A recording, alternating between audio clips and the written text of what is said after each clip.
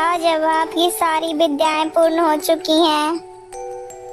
बाबा, मैं आपकी विद्याओं से पशु पक्षियों का भी मदद कर पाऊंगा। बाबा बोलिए, आपको क्या इनाम चाहिए? महाराज, आप इन विद्याओं का उपयोग जीव कल्याण के लिए कर रहे हैं, इसीलिए मुझे कुछ भी नहीं चाहिए। और महाराज, वैसे भी संत को मोह माया से दूर ही रहना चाहिए। अच्छा ठीक है बाबा, अब मैं चलता हूँ।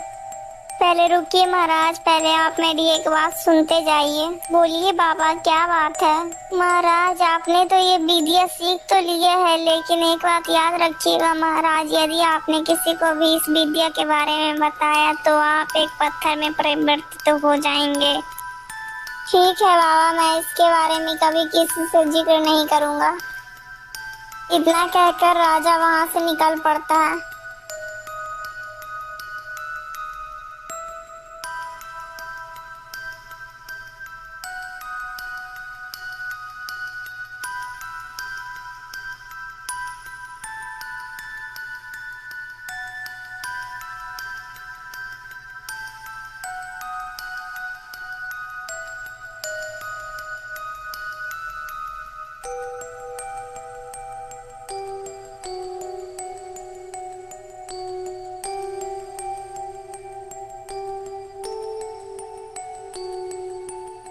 राजा चलते चलते एक घने जंगल से गुजरता है।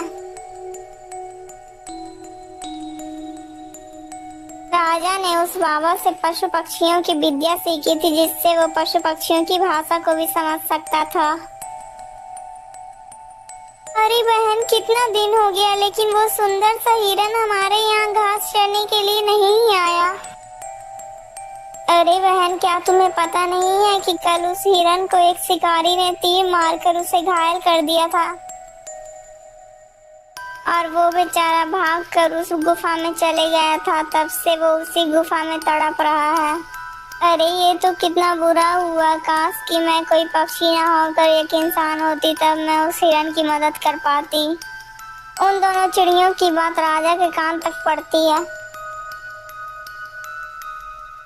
अरे चिड़िया, तुम किस हिरन के बारे में बात कर रही हो? मैं इस राज्य का राजा हूँ। मुझे इस राज्य के राजा होने के नाते मुझे सबके सुख दुख के बारे में पता होना चाहिए। चलो चिड़िया, मुझे उसके पास ले चलो। इतना सुनकर वो चिड़िया राजा के आगे आगे उड़ती हुई जाती है।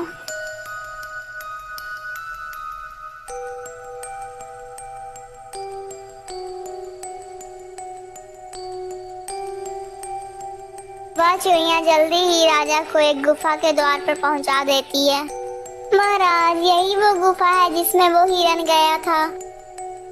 अच्छा चिड़िया, ठीक है, अब तुम यहाँ से जा सकती हो। राजा की यह बात सुनकर वह चिड़िया वहाँ से चली जाती है। मैं ऐसा करता हूँ कि दवाई की कुछ पत्तियाँ तोड़ लेता हूँ। इतना सुनकर राजा पेड़ की पत्तियाँ तोड़ने चल जाता है और फिर जल्दी ही गुफा के अंदर भी पहुंच जाता है।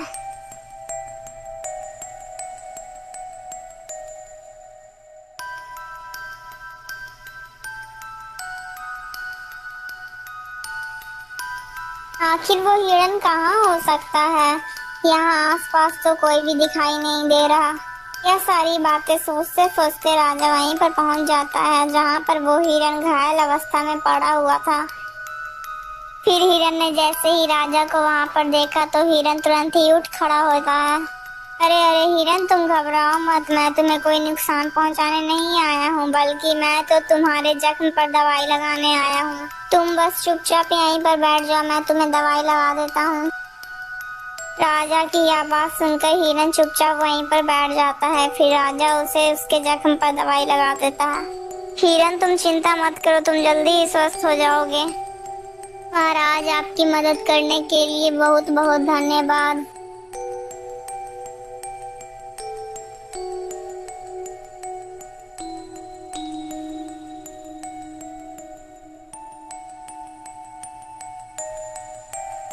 अरे बाप रे बाप, सुबह से खेत जोतते जोतते तो मेरी हालत ही खराब हो गई है। चलो अब वापस लौट चलता हूँ, फिर कल सुबह जुताई के लिए आऊँगा। वो किसान राजा के यहाँ नौकरी करता था और उन्हीं के खेतों की जुताई कर रहा था। फिर वो जल्दी से महल में पहुंच जाता है। अरे बिरजू, तुम तो कितने धूप में काम करते हो, तुम जल्दी से बैलों को यहीं पर रख दो और जल्दी से जाकर पानी पी लो और थोड़ा सा आराम भी कर लो। इतना सुनकर बिरजू वहां से चला जाता है। अरे भाई, क्या बात है, तुम इतना उदास क्यों हो? अरे भाई, मैं तुम्हें क्या बताऊं, पूरे दिन तो खेत में काम करते करते तो मेरी हालत ही खराब हो जाती है।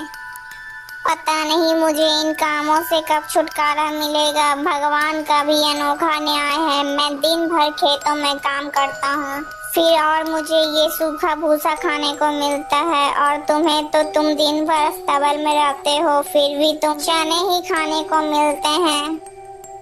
अरे भाई, तुम तो खुद ही मूर्ख हो, तुम इतना परिश्रम करते हो और बदले में सूखा भूसा खाते हो।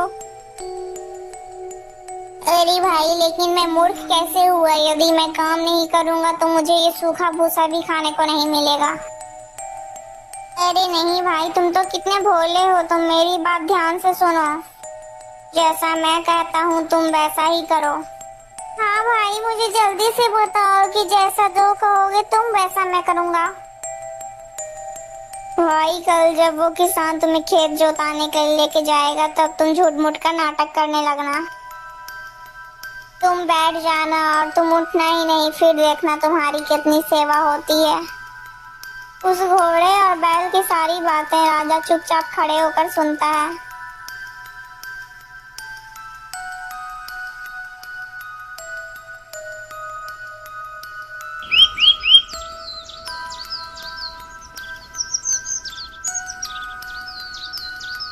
फिर सुबह होते ही वो किसान बैलों के पास जाता है। तभी वो देखता है कि एक बैल बहुत ही ज्यादा सुस्त है। अरे ये क्या, आज तो एक बैल सुस्त बैठा है।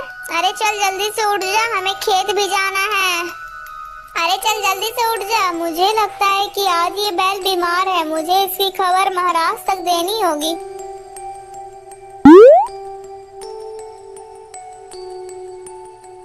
महाराज, आज हमारा एक बैल सुस्त है, मुझे तो लगता है कि वो बीमार हो गया है। अच्छा अच्छा, ऐसी बात है, चलो तो मैं भी देखता हूँ कि आखिर बैल को क्या बीमारी लग गई है। इतना कहकर राजा बिरजू के साथ जाकर देखता है, तब एक बैल सुस्त हालत में बैठा हुआ था। अरे ये क्या, ये बैल तो बहुत ही सुस्त है। मुझे तो लगता है इसने घोड़े की बात को बहुत ही ज्यादा गंभीरता से ले लिया है।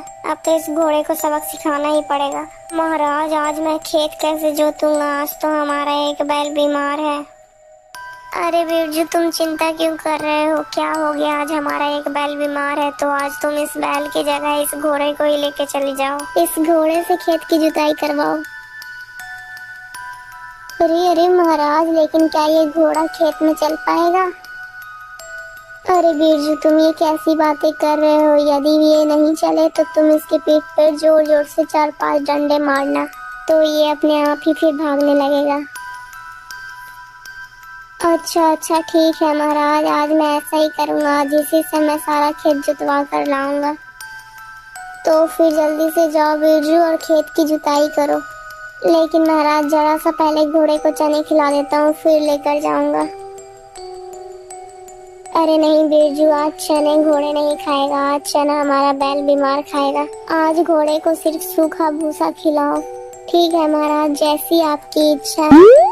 उसके बाद फिर बिरजू जाता है और जल्दी से चने लाकर बैल के सामने रख देता है और घोड़े के सामने सूखा भूसा रख देता है।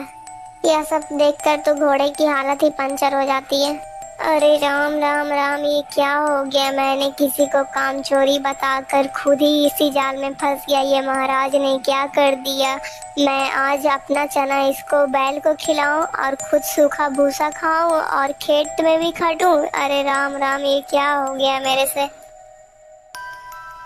महाराज, घोड़ा तो खा ही नहीं रहा है भूसा। अरे बिरजू, मुझे लगता है घोड़े को भूख नहीं लगी है, इसीलिए तुम ऐसा करो कि घोड़े को तुम बिना खाए ही लेकर चले जाओ। यह सब सुनकर तो घोड़े को बहुत ही ज्यादा गुस्सा आता है, लेकिन वो बेचारा कर भी क्या सकता था, इसीलिए वो मजबूरन खेत में काम कर लेता है।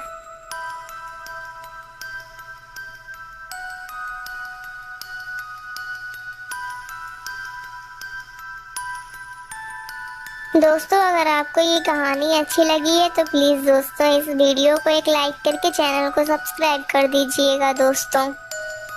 और हाँ, इस कहानी का पार्ट 2 भी जल्दी आएगा, इसीलिए दोस्तों हमारे चैनल के साथ जुड़े रहिएगा ताकि इसका पार्ट 2 जब भी आए तो आप लोग जल्दी से पार्ट 2 भी देख लीजिएगा दोस्तों। क्या आप घोड़े की जगह पर होते तो क्या बैल को ऐसी सलाह देते हैं? आप कमेंट में जरूर बताइएगा दोस्तों। और हाँ दोस्तों, इस कहानी को देखकर आप लोगों को क्या शिक्षा मिली है ये भी कमेंट में जरूर बताइएगा दोस्तों। और हाँ दोस्तों, ऐसी और कहानियाँ हमारे चैनल में हैं, प्लीज़ आकर जरूर देखिएगा हमारे चैनल में ऐसी और कहानियाँ।